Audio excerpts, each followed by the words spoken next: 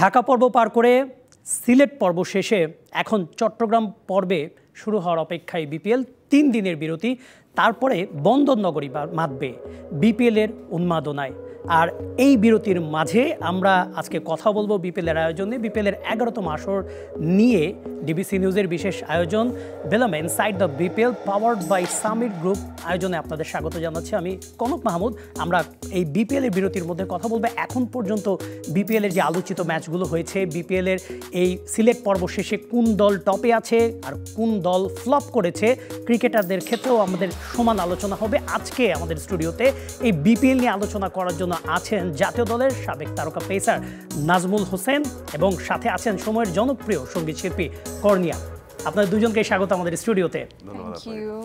আমরা কথা বলছিলাম যে আমরা কথা বলবো বিপিএল নিয়ে, এবং আমরা আলোচনায় যাওয়ার আগে গতকালকে সিলেট পর্বে যে শেষ ম্যাচটা, যেটা রংপুর রাইডার্স সবশেষ জয়টা পেয়েছে, তারা স্টিল আনবিটেন এই টুর্নামেন্টে, হারিয়েছে খুলনা টাইগার্সকে। সেই ম্যাচের স্কোর কার্ডটা একবার দেখে নিতে চাই, তারপর আমরা আলোচনায় যাব। একবার স্কোর কার্ডটা দেখতে চাচ্ছিলাম, মানে যেটা বলছিলাম যে রংপুর রাইডার্স তারা খুলনা টাইগার্সের বিপক্ষে যে ম্যাচটা ছিল, রংপুর রাইডার্স প্রথমে ব্যাট করে 5 উইকেটে 186 রান করে।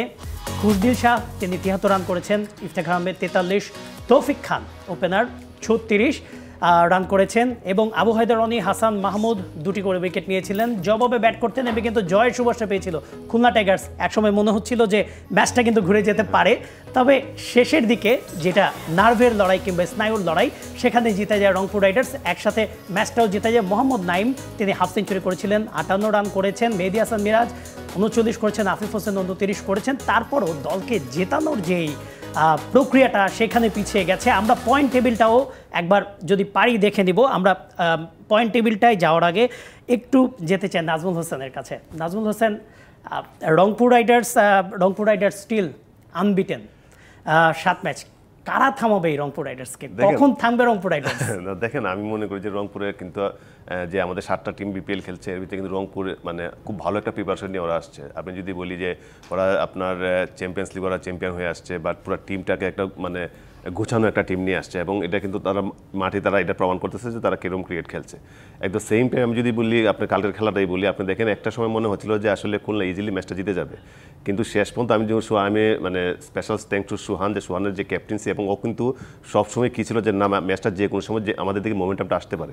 যখনই মোমেন্টামটা আসছে, আমি যদি শেখ মেহেদির একটা ওভার কিন্তু আপনার ওই নাইম শেখ এবং আপনার আফিফের 2টা উইকেট কিন্তু খেলার মোমেন্টামটা চেঞ্জ করে দিচ্ছে, যেটা সুহানেরা খুব ভালোভাবে এক্সিকিউট করতে পারছে। তো আমি সব কিছু মিলে মনে করি যে রংপুর খুবই ভালো ক্রিকেট খেলছে, বাট যেহেতু আপনার T20 ক্রিকেট খেলার যে কোনো সময় আপনার সামনে কিন্তু আরও বড় বড় ম্যাচগুলো আছে, তো ওরা যেহেতু আমি স্পেশালি চাবো যে রংপুর সবসময় চ্যাম্পিয়ন, বিকজ অফ ওরা লাস্ট কয়েকটা ইভেন্টে কিন্তু আপনার খুব কাছ থেকে রানার আপ সেই ফাইনালে, মানে সব কিছু মিলিয়ে কিন্তু রংপুর খুব ভালো ক্রিকেট খেলছে। তো আশা করবো ইনশাল্লাহ এইবার সিজনটা হয়তো রংপুর যদি চ্যাম্পিয়ন, আমি খুব খুশি হব ব্যক্তিগতভাবে। প্রত্যেকবার বিপিএলের ড্রাফটের পরে আমরা কিন্তু সবাই যারা আছি, আমরা যারা এই দলগুলো নিয়ে একটু মানে জানাশোনার চেষ্টা করি, এবং আপনারা যারা সাবেক ক্রিকেটার আছেন, আমরা কিন্তু একটা হিসাব মেলানোর চেষ্টা করি কোন দলটা শক্তিশালী, কোন দলটা আসলে সেরকম আশানুরূপ দল করেনি। রংপুর রাইডার্সের যে দলটা ছিল, মানে মনে কি হচ্ছে যদি গ্লোবাল সুপার লিগ যেই আত্মবিশ্বাসটা পেয়েছে গ্লোবাল সুপার লিগ জয় করে, সেই আত্মবিশ্বাসটা না হলে রংপুর রাইডার্স হয়তো বা বিপিএলও কোথাও না কোথাও হোঁচট খেত, কিংবা সেই আত্মবিশ্বাসটাই তাদের পারফরমেন্সটা পুরো বদলে দিয়েছে বিপিএলে। আমি টোটালি আপনার সাথে একমত। অবশ্যই দেখেন, আপনি যখন একটা ফ্র্যাঞ্চাইজি টুর্নামেন্ট খেলার আগে যখন আপনি একটা মানে ওয়ার্ল্ড ক্লাস লেভেলে একটা ফ্র্যাঞ্চাইজি লিগ আপনি খেলবেন, আপনার টিমের ভিতরে যে শূন্যতা বা গ্যাপ, যে এগুলো কিন্তু খুব ভালোভাবে ফুটে ওঠে, যেটা রংপুর খুব ভালোভাবে এটা নিয়ে কাজ করছে, এবং এটা কিন্তু আমরা ইম্প্যাক্ট কিন্তু আমরা মাঠে দেখতে পাচ্ছি। রংপুর কিন্তু আপনি দেখেন যে যেমন আমি যদি বলি আন্ডার-19 আমার যে আজিজুল হাকিম তামিম, ও কিন্তু 3টা ম্যাচে ভালো খেলতে পারেন, তারপরেও কিন্তু কন্টিনিউস ওরা খেলিয়েছে, এবং সব কিছু মিলে, এবং ওদের যে মাঠে যে বডি ল্যাঙ্গুয়েজ, মানে ওরা সবসময় চায় যে আসলে আমি উইন করবো। যেমন আরেকটা জিনিস আমি দেখবেন, আপনার রংপুর টিমটা কিন্তু ওদের যে ম্যানেজমেন্ট, এটা কিন্তু লং টাইম ধরে সেম ম্যানেজমেন্ট কাজ করতেছে, এটা কিন্তু খুব ভালো একটা দিক। এবং যদি আপনি প্লেয়ারদের দিকে তাকান, আপনি দেখুন সুহান মানে কন্টিনিউয়াসলি একই টিমে খেলতেছে, আপনি খুব একটা চেঞ্জ কিন্তু ওদের প্রতি বছর কিন্তু হয় না, যেগুলো অন্যান্য টিমে হয়। দেখা যাচ্ছে আপনার এবার যেমন অনেকগুলো ফ্র্যাঞ্চাইজি আছে নতুন আসছে, টিমটা গোছাতেই ওদের একটা টাইম নিয়ে যায়, বাট যেটা রংপুরের জন্য সবাই প্লাস পয়েন্ট হিসেবে কাজ করতেছে। খুবই সিগনিফিক্যান্ট ব্যাপার। আপনি নুরুল হাসান সোহানের ব্যাপারে বলছেন, এত আলোচনা সমালোচনা তাকে নিয়ে হয়, অনেকে তার মধ্যে মানে যখন সমালোচনা হয় অনেকেই কিন্তু তাকে ওভাররেটেড বলে ফেলেন, বুঝে না বুঝে। অনেকের নানা রকম পয়েন্টও থাকে।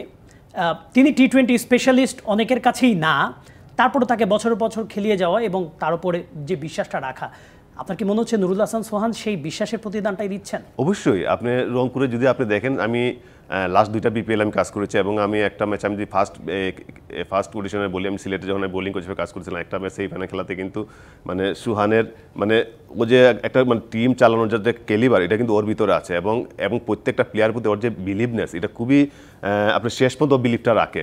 আমাদের অনেকে হয় কি দেখা গেছে যে একটা ওভার যদি আমি এক্সপেন্সিভ হয়ে যায় পরে আবার বোলিং করতে আসে, বাট ও কিন্তু সেম জিনিসটা কিন্তু আবার কন্টিনিউ সেম বলাটাকে ইউজ করে। তো সেই ক্ষেত্রে আমি মনে করি যে সুহানকে ওরা এবং সুহান প্রতিদিন কেন দিচ্ছে, আপনি যদি লাস্ট ম্যাচ একটা দেখেন যে আপনি যদি বরিশালের সাথে ম্যাচটা আপনি চিন্তা করেন, আমরা কিন্তু সবাই মনে করছি যে ম্যাচটা শেষ, বাট সুহান এই জায়গা থেকে কিন্তু ম্যাচটা জিতানো মানে আনবিলিভেবল। বাট আমরা কিন্তু আপনি অফ দ্য রেকর্ড কথা বলতেছিলাম যে ওর কিন্তু আমার মনে করি ডে বাই ডে ওর ম্যাচুরিটি ভালো হচ্ছে, যেটা আমি মনে করি বাংলাদেশ ক্রিকেটের জন্য ভালো, ওর জন্য ভালো। অবশ্যই। আমরা একটু কর্নিয়ার কাছে যেতে যাচ্ছিলাম। কর্নিয়া, কি কঠিন প্রশ্ন করবো নাকি সহজ প্রশ্ন করবো? আমি কর্নিয়ার কাছে জানতে চাচ্ছিলাম, বিপিএল বাংলাদেশের ফ্ল্যাগশিপ টুর্নামেন্ট বলা হয়, আমরা ইন্ডিয়ান আইপিএল এর খোঁজ খবর রাখি। অনেক দেশেই তো এখন টি-20 লিগটা অনেক বেশি জনপ্রিয়, বাংলাদেশেও টি-20 লিগটা জনপ্রিয় হয়ে আসছে, 11তম আসর চলছে। কোন দলটাকে ফলো করা হচ্ছে, কোন দলের প্রতি একটু আলাদা ভালো লাগা আছে, এমন কোন দলকে আছে?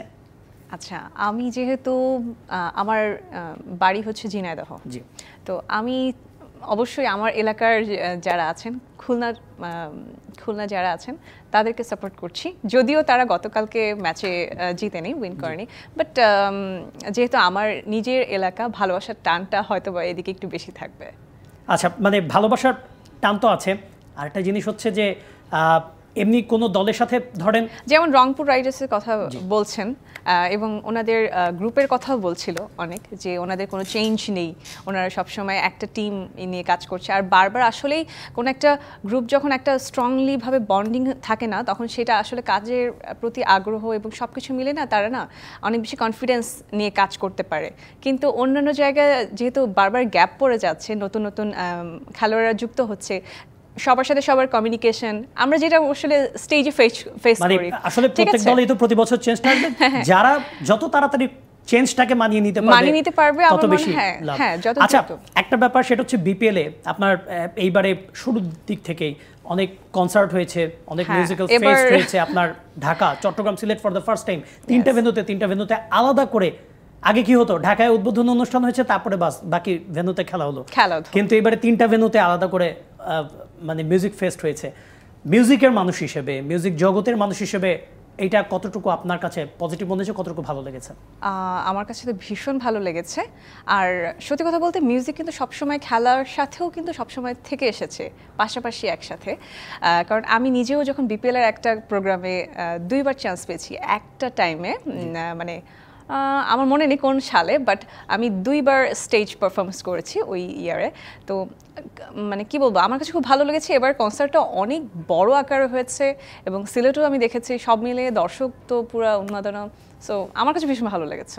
দর্শকদের উন্মাদনার কথা বলছিলেন, সিলেটের মানুষ এখানে সিলেটে লাস্টের দিকের যে ম্যাচগুলো ছিল ফুল প্যাকড স্টেডিয়াম দেখেছি আমরা।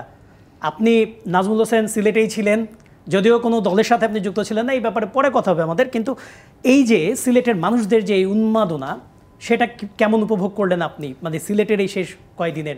অবশ্যই দেখেন, যখন আপনার যখন একটা জেলা একটা ডিভিশনে আপনার এরকম একটা ফ্র্যাঞ্চাইজি লিগ হবে, তো সবারই কিন্তু একটা কি থাকে যে না আমরা নিজে মাঠে গিয়ে খেলা দেখবো। আর সবচেয়ে বড় জিনিস হচ্ছে আমাদের এবার খেলাগুলো কিন্তু খুবই ভালো লাগছে এই জন্য যে আমাদের কিন্তু এবার অন্যবার কিন্তু সবসময় একটা কমপ্লেন থাকতো যে আমাদের আসলে রান হচ্ছে না। এবার কিন্তু দেখেন যে আপনার খুব বড় বড় রান হচ্ছে, আর যখনই আপনার রান বেশি হয়, 4-6 বেশি হয়, তখন কিন্তু দর্শকরা আরও বেশি মজা পায়। যেটা এবার যদি একটা ম্যাচের কথা আমি বলি, যেমন সিলেট 206 করে কিন্তু ম্যাচটা হারছে। তো এইগুলো দেখে কিন্তু আমাদের আসলে, আর অ্যাট দ্য সেম টাইম যেহেতু আমরা এজ লেভেল নিয়ে কাজ করা হচ্ছে, তো আমি মনে করি এটা একটা ভালো দিক।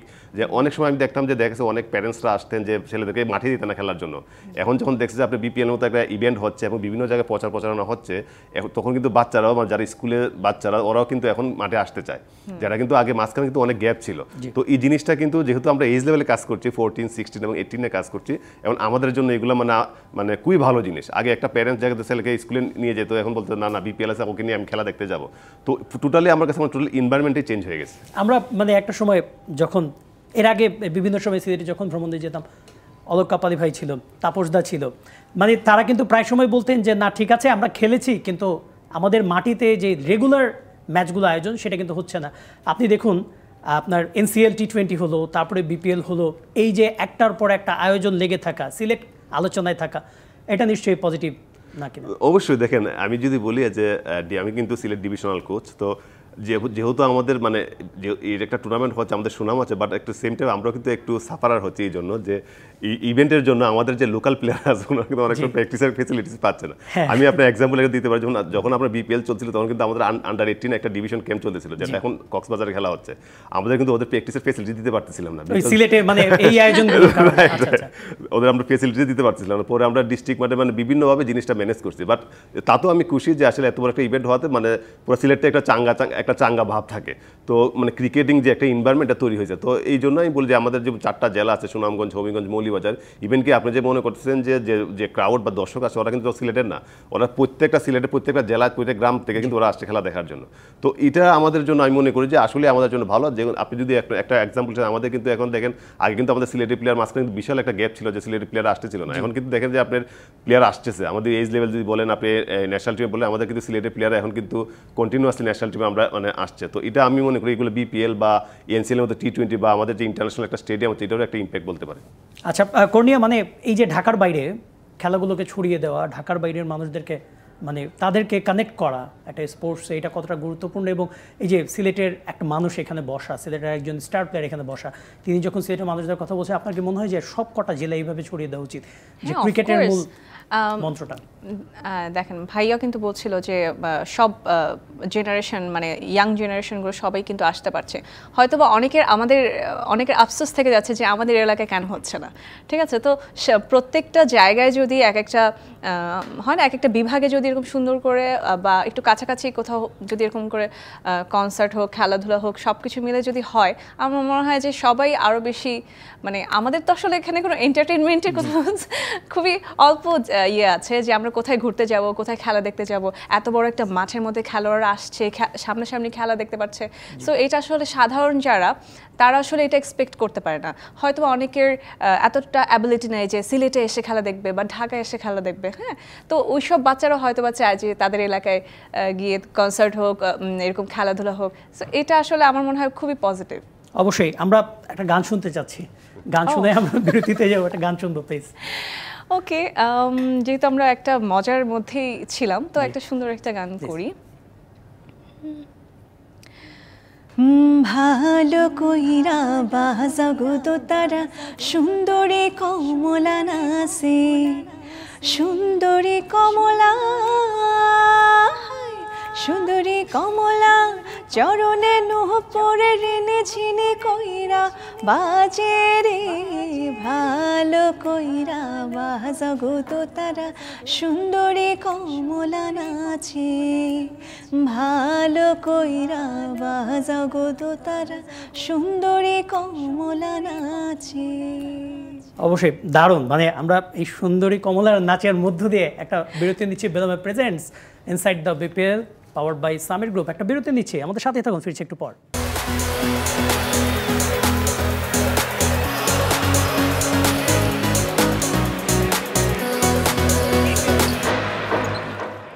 বিরতির পর আবারও ফিরে এলাম BPL নিয়ে ডিবিসি নিউজের বিশেষ আয়োজন বেলামে ইনসাইড দ্য BPL অনুষ্ঠানে, পাওয়ার্ড বাই সামিট গ্রুপ। আপনাদের সাথে আছে আমি কনক মাহমুদ, আর আমাদের সাথে স্টুডিওতে আছেন জাতীয় দলের সাবেক তারকা নাজমুল হোসেন এবং একই সাথে আছেন জনপ্রিয় সঙ্গীত শিল্পী কর্নিয়া। আমরা কথা বলছিলাম সিলেট পর্বটা নিয়ে। সিলেটের মানুষ, নাজমুল হোসেন সিলেটের আয়োজনটাকে নিয়ে অনেক পজিটিভ কিছু কথা বলছিলেন। আমরা একটু দেখে নিতে চাই সিলেট পর্ব শেষে প্লেয়ারদের পারফরমেন্স, ইন্ডিভিজুয়াল প্লেয়ারদের পারফরমেন্স, একটু টপ স্কোরারদের তালিকাটা আমরা দেখে নিতে চাই যে সিলেট পর্ব শেষে কে আছেন টপে। জাকির হাসান, কোনো সেঞ্চুরি নেই সিলেট স্ট্রাইকার্সের, তবে 6 ম্যাচে 3টে হাফ সেঞ্চুরি করে 251 রান নিয়ে তিনি সবার টপে আছেন। উসমান খান সেঞ্চুরি পেয়েছেন, হাফ সেঞ্চুরি পেয়েছেন চিটাগং কিংসের, তিনি আছেন সেকেন্ড অবস্থানে, যদিও 4টা ইনিংস খেলেছেন তিনি। তানজিদ হাসান তামিম ঢাকা ক্যাপিটালসের ওপেনার, একই সাথে জাতীয় দলের ওপেনার, তিনি 7 ইনিংসে করেছেন 246। লিটন দাস, তানজিদ হাসান তামিমেরই সতীর্থ, সম্প্রতি PSL এর দল পেয়েছেন, তিনি 240 রান করেছেন। ইয়াসির আলী রাব্বি, দুর্বার রাজশাহীর, তিনি 227 রান করেছেন। ওসমান খান বাদে বাকি সবাই লোকাল। তারপরও কি মনে হয়, মানে জাকির হাসান তিনি হ্যাঁ হাফ সেঞ্চুরি করেছেন, টপে আছেন, তারপরে কি মনে হয় যে আরো কয়েকজন থাকতে পারতেন এখানে? অবশ্যই দেখেন, জাকির কিন্তু আমাদের জাকির টানা 3 বছর সিলেটে খেলছেন এবং ও কিন্তু সবসময় কোনো না কোনো পারফর্ম করতেছে, ও এমন না যে ও মানে অফ হয়ে চলে গেছে। বাট আমি যদি লাস্ট 2টা ইনিংস ওর দেখি মানে অ্যাবসলিউট সলিড ক্রিকেট খেলছে, যে 2টা ম্যাচ আপনার সিলেট জিতলো, যাকে কিন্তু অসাধারণ ব্যাটিং করেছে। মানে দেখে মনে হয় না যে ও টেস্ট, ও কিন্তু নর্মালি আমরা টেস্ট হিসেবে বিবেচনা থাকে, বাট ওর যে টি20 যে 2টা ইনিংস দেখলাম অসাধারণ। ও যদি খেলতে পারে আমি মনে করি যে সিলেক্টর যারা আছেন অবশ্যই তাকে বিবেচনা করতেই পারে, কারণ আমাদের টি20 টিমটা কিন্তু এখনও আমাদের পার্মানেন্ট কোনো কিছু নেই। তো ওইরকম যদি ও খেলতে থাকে অবশ্যই ও আসতে পারে। আর আমি যদি বলি আপনার তানজিদ হাসান, লিটন দাস, ওরা লাস্ট 2টা ম্যাচে 2টা 100 মারাতে মানে তারপরও কি মানে ওই যে নামের পাশে না রানটা ঠিক আছে 246 একজন 240 একজন, একজনের নামের পাশে 7টা ইনিংস আরেকজনের নামের পাশে 6টা ইনিংস, এইটা দেখে একটু হতাশা লাগে কি? অবশ্যই আপনি তো এর ভিতরে কিন্তু লিটন দাস কিন্তু একটা 100 মারছে, আবার তামিও কিন্তু একটা ম্যাচে 100 করেছে। তো এইগুলো যদি এটা এই ম্যাচটা মাইনাস করলে কিন্তু আসলে আহামরি তেমন কিছুই না। বাট তারপর আমি মনে করি যে এই টুর্নামেন্টে আমাদের সিলেট পর্বতে 4টা-5টা আমাদের লোকাল প্লেয়ার, অবশ্যই এটা অনেক অসাধারণ। তো আশা করবো যে যেহেতু আরও চিটাগাং পর্ব আবার ঢাকার পর্ব আছে, যদি ওরা কন্টিনিউয়াসলি ভালো খেলতে পারে, যেহেতু সামনে আমাদের চ্যাম্পিয়ন্স ট্রফির মতো বড় একটা আইসিসি বড় ইভেন্ট আছে, তো আমি তানজিদ টিমে আছেন বা লিটন দাস যে এখন টিমে নাই, তারপরেও কিন্তু তার চান্স থাকতেও পারে, কারণ হচ্ছে যেহেতু সে আমি মনে করি অনেক এক্সপিরিয়েন্স প্লেয়ার, যেহেতু আইসিসি বড় বড় ইভেন্টগুলো তো যে কোনো সময় লিটন দাসকে নিতেও পারেন। তো আমি মনে করি এটা একটা ভালো, তার জন্য ভালো একটা অপরচুনিটি। অবশ্যই এরপর আমরা দেখে নিতে চাই নাজমুল হোসেনের প্রিয় ক্যাটাগরি টপ উইকেট টেকার। আচ্ছা, টপ উইকেট টেকারে নাজমুল হোসেনের ছোট ভাই তাসকিন আহমেদ দুর্বার চাই 6টা ইনিংসে বল করে 14 উইকেট নিয়েছেন, এক ম্যাচেই তিনি 7 উইকেট নিয়েছেন, ক্যারিয়ার সেরা এবং রেকর্ড ব্রেকিং বোলিং করেছিলেন। আবু হায়দার খুলনা টাইগার্সের, তিনি 5 ইনিংসে 11 উইকেট নিয়েছেন। তানজিম সাকিব তিনিও সিলেট স্ট্রাইকার্সের সমান 11 উইকেট নিয়েছেন। খুশদিল শাহ রংপুর রাইডার্সের 9 উইকেট, শেখ মাহিদি রংপুর রাইডার্সের 9 উইকেট। তাসকিন আহমেদের ব্যাপারে কি বলার আছে? আরেকটা ব্যাপার যে পিএসএলে তারপরেও দল পাননি তাসকিন আহমেদ, আমরা প্রত্যেকবারই একটা হাইপ শুনি যে না তাসকিন আহমেদ আইপিএল থেকে তার সাথে কন্ট্যাক্ট করা, মানে তার সাথে যোগাযোগ করা হচ্ছে, পিএসএলে হয়তো বা সম্ভাবনা ছিল। কিছু কিছু ক্ষেত্রে কি মনে হয় যে ও আসলে তাসকিন আহমেদ কিছুটা হলো একটু অভাগায়, দুর্ভাগা? অবশ্যই আনলাকি। আমি মনে করি তাসকিন এখন যে ফর্মে আছে এবং ইন্টারন্যাশনাল ক্রিকেটে কন্টিনিউয়াসলি ও যে পারফর্ম করছে, তো অবশ্যই তাকে মানে আমি মনে করি অবশ্যই মানে আনলাকি ছাড়া কিছুই বলবো না। আমি যদি ফার্স্টে আপনি দেখেন 3টা কিন্তু আমাদের সিমার, এবং আপনার দুজনে আমি সবচেয়ে খুশি যে তাসকিন এবং তানজিম সাকিব দুজনে কিন্তু আমার চ্যাম্পিয়ন্স ট্রফির টিমে আছেন। এমনকি আবু হায়দার রনি কিন্তু গত কন্টিনিউয়াসলি আপনি যদি বলেন আমরা যে এনসিএল যে টি20 হলো, এটা তো কিন্তু আবু হায়দার রনি কিন্তু আমরা ম্যান অফ দ্য টুর্নামেন্ট হয়েছেন। তো এটা কিন্তু আমাদের দেশের জন্য খুবই ভালো। আর আমি একটা জিনিস বলি যে গত 2-3 বছরে যদি বাংলাদেশ ক্রিকেটে আপনার ইমপ্রুভমেন্টের জায়গা দেখেন, আমি মনে করি পেস বোলিং। আমাদের কিন্তু পেস বোলিংয়ে আমি মানে যেহেতু আমরাও পেস বোলিং নিয়ে কাজ করা হচ্ছে, আপনার এই জন্যই তো ফেভারিট ক্যাটাগরি বললাম আপনার। হ্যাঁ, এই জন্য ধরেন আপনি যখন আন্ডার 19 বলেন বা আমরা লোকাল যে পেস বোলিং নিয়ে কাজ করছি, আমি মনে করি বাংলাদেশের পেস বোলিং এখন খুব ভালো একটা কম্পিটিশন। আপনি দেখেন শরীফুলের মতো বোলার বা হাসান মাহমুদ টিমেই চান্স পায়নি। তো এটাই বলতে পারেন যে আমাদের পেস বোলিংটা কত হেলদি কম্পিটিশন এখন চলে আসছে। তো আশা করি আমাদের এরা যদি ফিট থাকে, আমি মনে করি আগামী নেক্সট 3 থেকে 4 বছর আমাদের পেস বোলিং কোনো ঘাটতি থাকবে না। এই টপ 5-এ আমরা কি দেখতে পারবো নাহিদ রানা কিংবা হাসান মাহমুদ কিংবা শরীফুল? অবশ্যই টুর্নামেন্ট তো আমি মনে করি যে টুর্নামেন্ট তো এখন একদমই ওপেন, এখনো অনেকগুলো ম্যাচ বাকি আছে। তো যেহেতু এই জায়গায় আপনি দেখতেছেন যে আমাদের কিন্তু 3টা সিমারই মানে আমাদের লোকাল, এবং নাহিদ রানা বলেন, আপনি খালেদ খুব ভালো বোলিং করতেছে, ইবাদত ম্যাচই পাইতেছে না, মানে সব কিছু মিলে কিন্তু আমি মনে করি যে যেহেতু আরও অর্ধেক খেলাই রয়ে গেছে, তো আরও মানে কিছু পেস বোলার অবশ্যই আসবে ইনশাল্লাহ। অবশ্যই কর্নিয়া আমরা কথা বলছিলাম টপ ব্যাটার এবং টপ উইকেট টেকারদের নিয়ে। আপনার প্রিয় প্লেয়ার কে? বোলার, তিনি বোলার নাকি ব্যাটার, কে বলেন? বোথ। আচ্ছা, কে প্রিয় প্লেয়ার, কাকে ফলো করছেন আপনি? সাকিব আল হাসান। আচ্ছা, সাকিব আল হাসান তো এই টুর্নামেন্টটা খেলছেন না এবং তিনি চ্যাম্পিয়ন্স ট্রফির দলেও নেই। সম্প্রতি তিনি বোলিং একটা নিষেধাজ্ঞা পেয়েছেন। একটা তার বোলিং স্টাইল নিয়ে কিছু প্রশ্ন আছে, যদিও ব্যাটার হিসেবে খেলতে পারতেন ইন্টারন্যাশনাল ম্যাচ। কি মনে করছেন যে সাকিব আল হাসানকে মিস করছি কিনা আমরা? জানি না খেলার ক্ষেত্রে মিস হচ্ছে কিনা, বাট আমরা যারা সাধারণ মানুষ তারা তো সবাই এক্সপেক্ট করে সাকিব আল হাসান থাকুক। আমি জানি না, আমি ভাবে বলতে পারবো না, বাট প্লেয়ার হিসেবে তো তাসকিন ভাই অনেক আমার খুব পছন্দের। অবশ্যই তাসকিন মানে আমাদের সবারই পছন্দের। আমরা একটু চলে যেতে চাই চট্টগ্রামে, সেখানে আছেন আমাদের সহকর্মী শাহান পাপন। এই তো 3 দিনের বিরতি, তারপর আবার চট্টগ্রামে শুরু হবে বিপিএল। শাহান পাপনের সাথে একটু কথা বলতে চাচ্ছিলাম। শাহান পাপন, চট্টগ্রামের কোথায় আছেন? আর এই তো 3 দিনের ব্রেক, বিপিএল নিয়ে কেমন উন্মাদনা কিংবা আগ্রহ দেখছেন স্থানীয় সমর্থকদের মাঝে?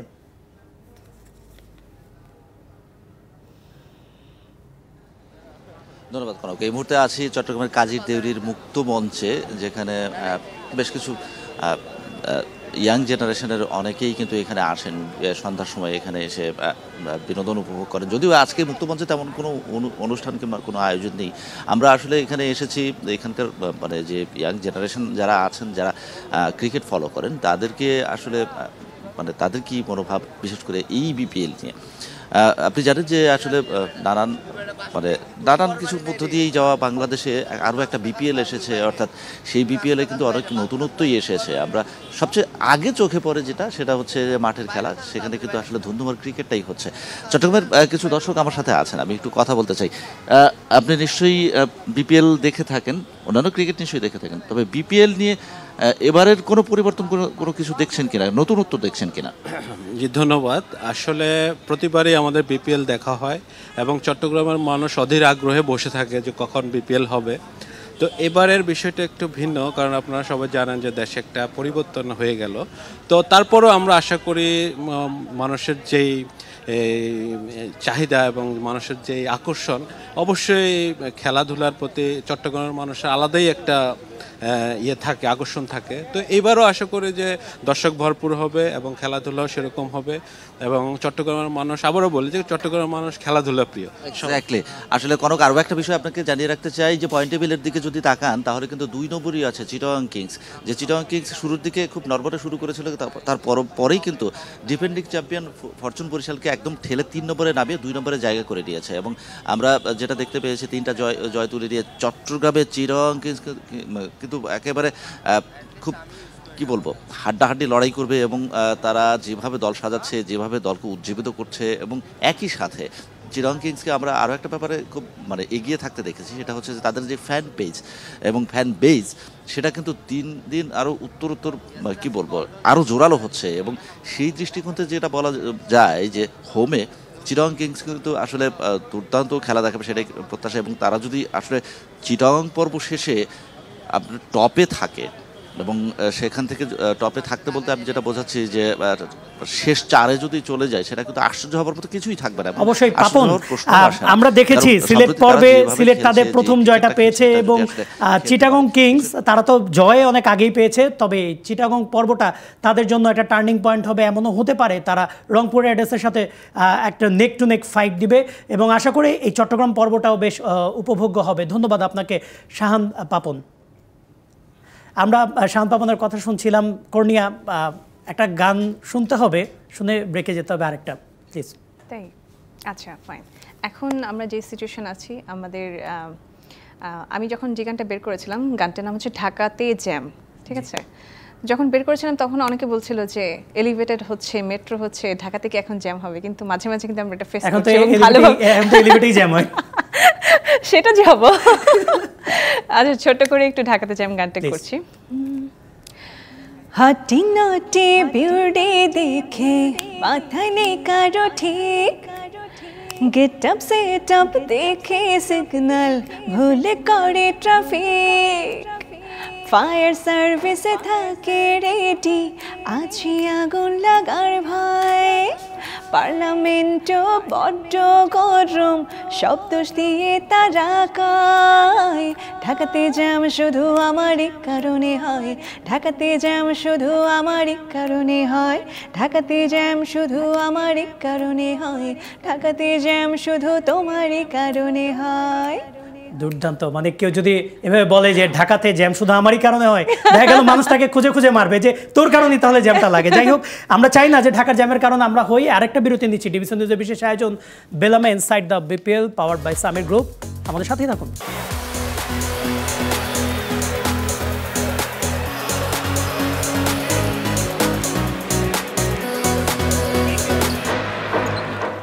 বিরতির পর আবারও ফিরে এলাম ডিবিসি নিউজের বিশেষ আয়োজন বেলামে inside the BPL, powered by Summit group আয়োজনে। আপনাদের সাথে আছে আমি কনক মাহমুদ। আমাদের সাথে স্টুডিওতে আছেন জাতীয় দলের সাবেক পেসার নাজমুল হোসেন, এবং একই সাথে আছেন ঢাকা শহরে যার কারণে জ্যামটা বেশি হয় একটু আগেই যিনি বলছিলেন জনপ্রিয় সঙ্গীত শিল্পী কর্নিয়া। আমরা জ্যামের কারণটা সম্পর্কে জানতে চাইব। একটু জানার আগে আমরা পয়েন্ট টেবিলটা দেখে নিতে চাই। এখন পর্যন্ত কোন দলের অবস্থান কোথায় আছে? রংপুর রাইডার্স অবভিয়াসলি শতভাগ জয়, 7 ম্যাচে 7 জয়, 14 পয়েন্ট। তারা সবার উপরে আছে। চিটাগং কিংস, যেটা আমাদের সহকর্মী শান্তাপন বলছিল, তারা সেকেন্ড পজিশনে উঠে এসেছে, 4 ম্যাচে 3 জয়। ফরচুন বরিশাল দুর্দান্ত একটা দল, কিন্তু তারা থার্ড পজিশনে নেমে গেছে। তার মধ্যে রংপুর রাইডার্সের এগেনস্টে আসলে ব্যাক টু ব্যাক দুটা হার তাদেরকে দেখতে হয়েছে।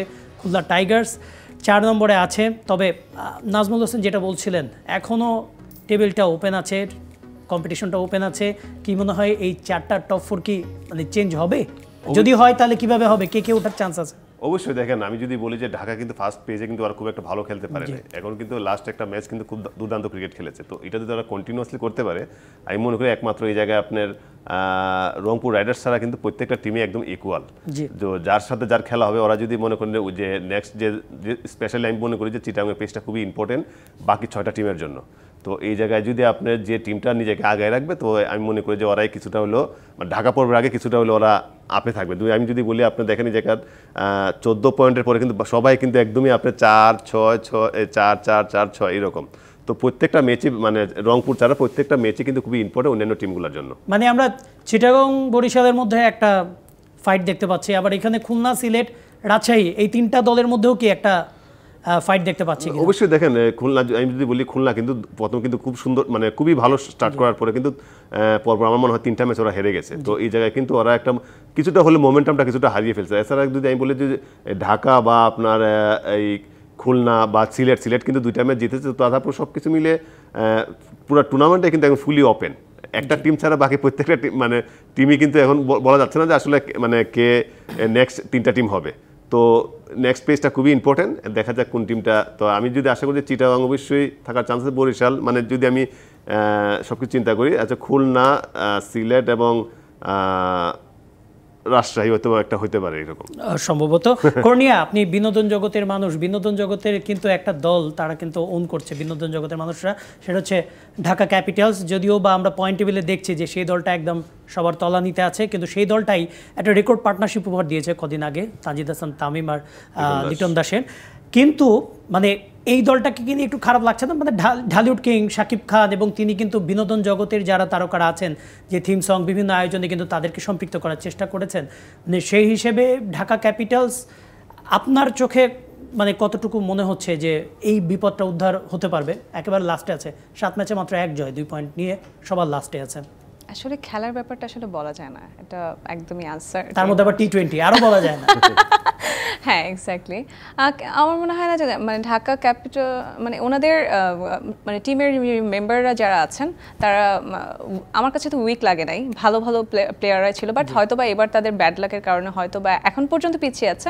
আই হোপ ভালো সামনে আপকামিং যে খেলাগুলো আছে হতে পারে, বলা যায়। শাকিব খানের সাথে তো মানে পরিচয় তো আছে, মানে কি মনে হয় যদি ঢাকা ক্যাপিটালস এই অবস্থা করে নেক্সট সিজনে কি আবার উনি এই টিমটার সাথে কোনোভাবে যুক্ত থাকবেন? কি মনে হচ্ছে? মানে টিম দেখা গেল না হলো না, পারবো না আমি করতে, এরকম কোনো কিছু হবে না? কেবল রাগ করে বলবে যে না আমি নাই?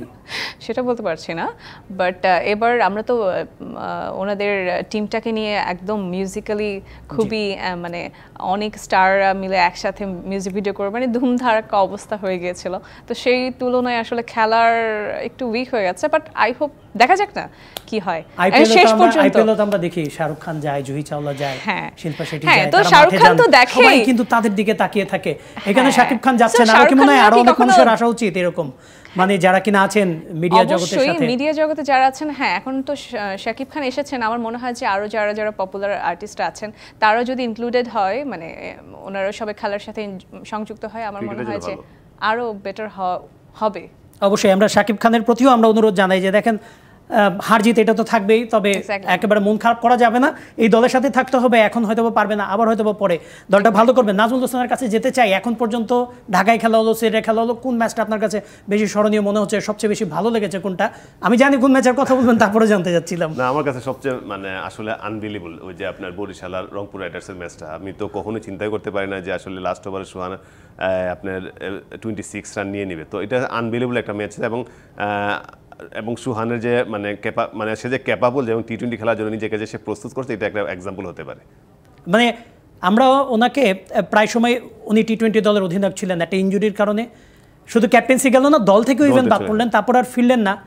আমাদের কি মনে হয় যে এখানে একটু আমাদের বিকল্প চিন্তা করা উচিত, কারণ আমরা ক্যাপ্টেন্সিতে এখন স্টেবল কাউকে পাইনি? দেখেন, আমি যদি সোহানকে আমি খুব কাছ থেকে দেখেছি এবং ওর যে মানে টিমের প্রতি ওর যে নিবেদন এবং ওর যে একাগ্রতা, এটা কিন্তু আসলে খুবই একটা ইন্সপায়ার করার মতো। আমি ওর যে ইনজুরি করার পরে যে ইনজুরি থেকে ওর যে রিকভারি করার প্রত্যেকটা সেশন এবং নিজে একা একা প্র্যাকটিস করা, এটা কিন্তু আসলে আমি মনে করি মানে একটা প্লেয়ারের জন্য খুবই ইম্পর্টেন্ট একটা জিনিস, যে আসলে আমি একটু পিছে চলে গেছি, কীভাবে আমার সামনে যাওয়া লাগবে, যে ক্ষুধাটা এটা কিন্তু সোহানের ভিতরে আছে এবং যে ভালো করার যে একটা আগ্রহ, এটা কিন্তু আমার কাছে মনে হয় যে মানে এটা সোহানের কাছে সব কিছুই আছে। বাট আমি মনে করি যে সোহান যেভাবে খেলতেছে এবং ক্যাপ্টেন্সি সব কিছু মিলেই যে একটা টিমকে যে একটা লিড করতেছে, আমি মনে করি যে সোহান বাংলাদেশ টিমের জন্য বা ক্যাপ্টেন্সি সব কিছু মিলে একটা অ্যাসেট হতে পারে। দাদা, আমাদের বাংলাদেশের কমন প্রবলেম যেটা হয়, আমরা স্লগ ওভারে গেলে খেই হারিয়ে ফেলি, একেবারে মানসিক চাপে অনেক সময় আমরা লুজ করি, সেটা আমরা রংপুর রাইডার্সের ক্ষেত্রে দেখছি না। এটা কি মানে সোহানের কারণেই নাকি মিকি আর্থার এখানে একটা স্পেশাল রোল প্লে করছেন? না দেখেন, আমি কি বললাম, ওরা একটা ওয়েল প্রিপেয়ার্ড একটা টিম হয়ে আসছে। আমি যদি বলি আপনি সোহানকে দেখবেন যে আপনি আপনার যেটা ওরা ওয়েস্ট ইন্ডিজে খেলতে গেল, এই জায়গায় কিন্তু অথবা বড় রান করতে পারে নাই, বাট দেখবেন ছোটো ছোটো যে রানগুলো করছে খুবই ইম্পর্টেন্ট সময় একটা ভাইটাল একটা রোল পালন করছে, যেটা কিন্তু সে কন্টিনিউয়াসলি করে আসছে। তো এটাতে তো ওর নিজের পার্ট। বাট একটা টিমকে আমি কি বললাম যে লাস্ট ম্যাচটা যে খুলনার সাথে যে আপনার যে খেলাটা, আমরা কখনোই বুঝি নাই যে খুলনা ম্যাচটা জিতে যাবে, বাট ওর যে মানে প্রত্যেকটা প্লেয়ারের সাথে কথা হবে, কখন কাকে যে বোলিং যে চেঞ্জিংগুলো, এগুলো কিন্তু আসলে একটা ক্যাপ্টেন্সি কিন্তু মানে একটা ক্যাপ্টেন কিন্তু আসলে একটা টিমে কিন্তু খুব একটা মানে ইম্পর্টেন্ট রোল পালন করে। মানে কি বললাম যে আমরা অনেক সময় কি করি যে আমাদের খুব অল্প সময় একটা প্লেয়ারের প্রতি আমরা কি মানে বিশ্বাস মানে হারিয়ে ফেলি, কিন্তু ও কিন্তু শেষ পর্যন্ত ওই বিশ্বাসটা রাখতে পারে। সেই অবশ্যই মানে এটা খুব ইম্পর্টেন্ট। নুরুল হাসান সোহানের মতো আমরা আশা করি যে তিনি যেহেতু বিপিএলের যে লিডার, একসময় তিনি জাতীয় দলে একজন লিডার হবেন। আমাদের এরকম লিডারশিপ প্লেয়ারই প্রয়োজন। আমরা অনুষ্ঠানটা শেষ করতে চাই, শেষ করবো আমরা কর্নিয়ার একটা গান দিয়ে। তার আগে আমি বিদায় নিয়ে নিতে চাই। আমি কনক মাহমুদ আপনাদের সাথে ছিলাম। ডিবিসি নিউজের বিপিএলের বিশেষ আয়োজন বেলামে present inside the BPL powered by Summit গ্রুপে আমাদের সাথে ছিলেন নাজমুল হোসেন। নাজমুল হোসেন, আপনাকেও ধন্যবাদ আমাদের সাথে যুক্ত হওয়ার জন্য। কর্নিয়া, আপনাকেও ধন্যবাদ জানিয়ে রাখতে চাই। তবে শেষ করতে চাই একটা গান দিয়ে, প্লিজ। Thank you. ওকে, একটা সামনে তো ভালোবাসা দিবস, তো ভালোবাসার একটি ছোট্ট করে একটু গান করছি। জানি না তো কি করে তোকে বোঝাই, ভালোবাসা বলে কি আর বোঝানো যায়, এত কাছে আছি তবু মানে না হৃদয়, যত ভালোবাসি তোরে কমই মনে হয়, হতে পারিস তুই বন্ধু আমার, বাসবো ভালো তোকে করে উজাড়, তোর মতো কিছু লাগে না ভালো, অনুভবে তুই সুখের আলো, তোকে নিয়ে মনে আমার জাগে সংসার।